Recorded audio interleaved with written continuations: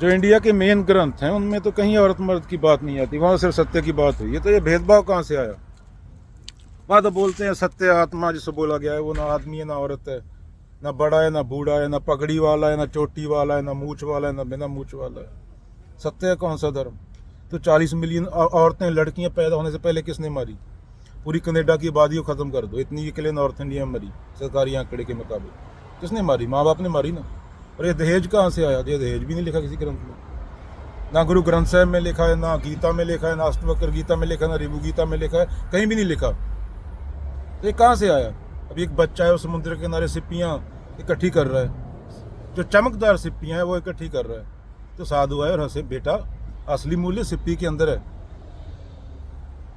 कर्म तेरा क्या है उसमें असली मूल्य है। टोटैलिटी में कर्म तेरा, आदमी औरत, काला गोरा, हिंदू मुस्लिम सिख ईसाई, ये सब तेरा कल्पना है। अगर ये जरूरी होती चीज़ें तो बाबा नानक, बुद्ध, कबीर, महावीर मूर्ख थे क्या तुम्हें बता के ना जाते? लिख दी होती उन्होंने। तो कहाँ से आया ये करवा चौथ, ये चांद देखना, ये सिंदूर लगाना, ये मुक्ति दिलाना बुड्ढों को?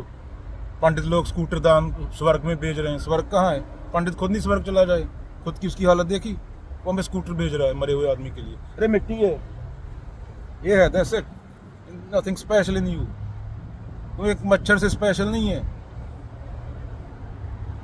हाँ, अगर तू जग गया तो तू बुद्ध हो सकता है। जगे का मतलब कि तू भेदभाव से ऊपर उठ जाए, जो तेरा गलत धारणा है पूरी हटा दे, जो तूने जोग्राफिकल लोकेशन की वजह से, लॉन्गिट्यूड लैटिट्यूड की वजह से इकट्ठी कर ली, तो सर्टेन जगह पे पैदा हो गया पे उसके मुताबिक तेरी धारणाएं बन गई। वो सत्य थोड़ी है, कहीं और पैदा हो दूसरी होती। ये सिंपल सी बातें होती हैं, समझाने वाले मत्था मार मार चले गए। इधर अभी तक बहस चल रही है। एक बच्चा हिंदू के घर में पैदा हो गया, हिंदू, वो बच्चा मर जाए तो मुस्लिम खुश होंगे एक बच्चे के मरने पे। अगर मुस्लिम का बच्चा मर जाए तो हिंदू खुश होंगे, हिंदू का बच्चा मर जाए मुस्लिम खुश होंगे। तो क्या, बच्चा तो बच्चा है ना। एक मंटो की बात याद आ गई, बोलता 1947 में दंगों के टाइम, पार्टीशन के टाइम, बम्बे के गंदे नालों में खून पड़ा हुआ था, हिंदू का मुसलमान का। आई थिंक मंटो ने लिखा, किसी और ने, बोलता कप भर के ले आया वो कि देखेगा कौन सा हिंदू का कौन सा मुसलमान का। ये नाना पाटेकर की मूवी में भी है।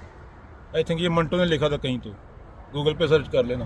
बोलता खून पता नहीं चला कौन सा हिंदू का है कौन सा मुसलमान का, एक दूसरे का बहा दिया। गंदे नालों में खून पड़ा था, गंदे नालों में खून पड़ा था। ये हैं हम, पशु हैं, पशु से भी गिरे हुए हैं। पशु भी अपनी प्रजाति को ऐसे नहीं मारता जैसे हम मार रहे हैं। खुद को खुद से बचाने के लिए, अपनी प्रजाति से बचाने के लिए हमें न्यूक्लियर बम बनाना पड़ा। पढ़े नहीं, कुछ पढ़ा नहीं अभी।